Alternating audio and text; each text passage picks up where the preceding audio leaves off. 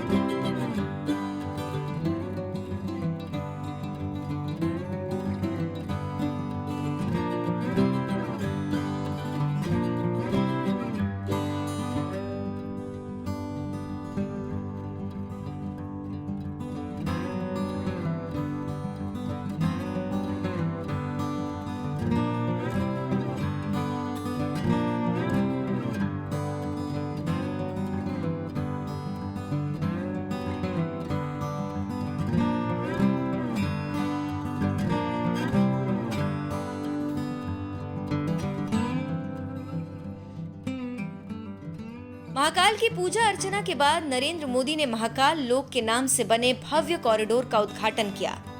महाकाल के आंगन के विस्तार के बाद जो भव्य और सुंदर दृश्य सामने आए, उसे हम महाकाल लोक के नाम से जानेंगे। 11 अक्टूबर को प्रधानमंत्री नरेंद्र मोदी ने इसे देश को समर्पित कर दिया। दिव्यता, भव्यता और आध्यात्मिकता के संगम ने 4 साल की मेहनत के बाद आकार लिया है। मंदिर आज जैसा दिखता है, पुराने समय में ऐसा नहीं था। 11वीं सदी में गजनी के सेनापति और 13वीं सदी में दिल्ली के शासक इल्तुतमिश ने मंदिर ध्वस्त करवा दिया था, लेकिन कई राजाओं ने इसका दोबारा निर्माण करवाया और आज प्रचंड बहुमत के साथ सत्ता में बैठे महादेव भक्त नरेंद्र मोदी ने भी महाकाल के दरबार को भव्य रूप देने के लिए महाकाल लोक कॉरिडोर बनवाया। पौराणिक कथाओं के मुताबिक महाकाल मंदिर की स्थापना द्वापर युग से पहले हुई, जब भगवान श्री कृष्ण उज्जैन में शिक्षा हासिल करने आए थे, तो उन्होंने महाकाल स्रोत का गान किया था। 7वीं शताब्दी के बाण भट्ट के कादम्बिनी में महाकाल मंदिर का विस्तार से वर्णन मिलता है।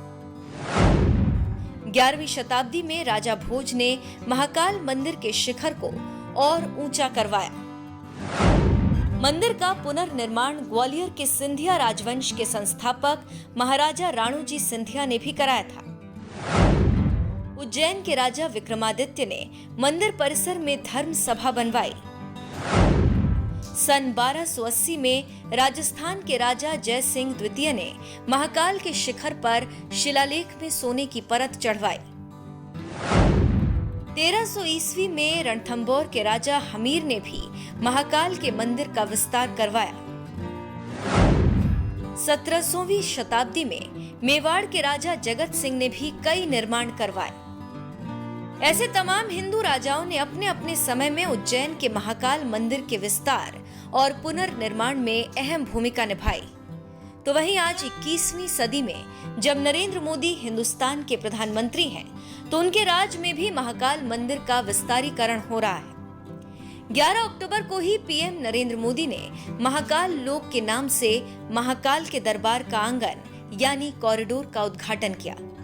बहरहाल महादेव के भक्त नरेंद्र मोदी के राज में जिस तरह से देश के विकास के साथ साथ मठ मंदिरों का भी कायाकल्प हो रहा है, इस पर आपका क्या कहना है? अपनी राय हमें कमेंट कर जरूर बताएं। साथ ही महाकाल लोक के उद्घाटन के वक्त पीएम मोदी ने क्या कुछ कहा था, आइए आपको सुनाते हैं। किसी राष्ट्र का सांस्कृतिक वैभव इतना विशाल तभी होता है जब उसकी सफलता का परचम विश्व पटल पर लहरा रहा होता है।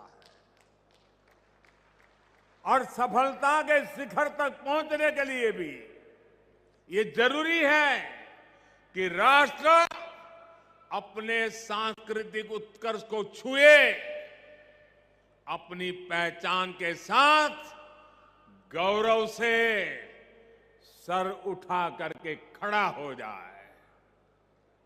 इसलिए आजादी के अमृत काल में भारत ने गुलामी की मानसिकता से मुक्ति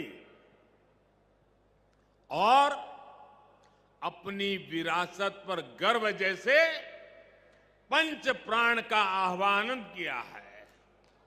इसलिए आज अयोध्या में भव्य राम मंदिर का निर्माण पूरी गति से हो रहा है।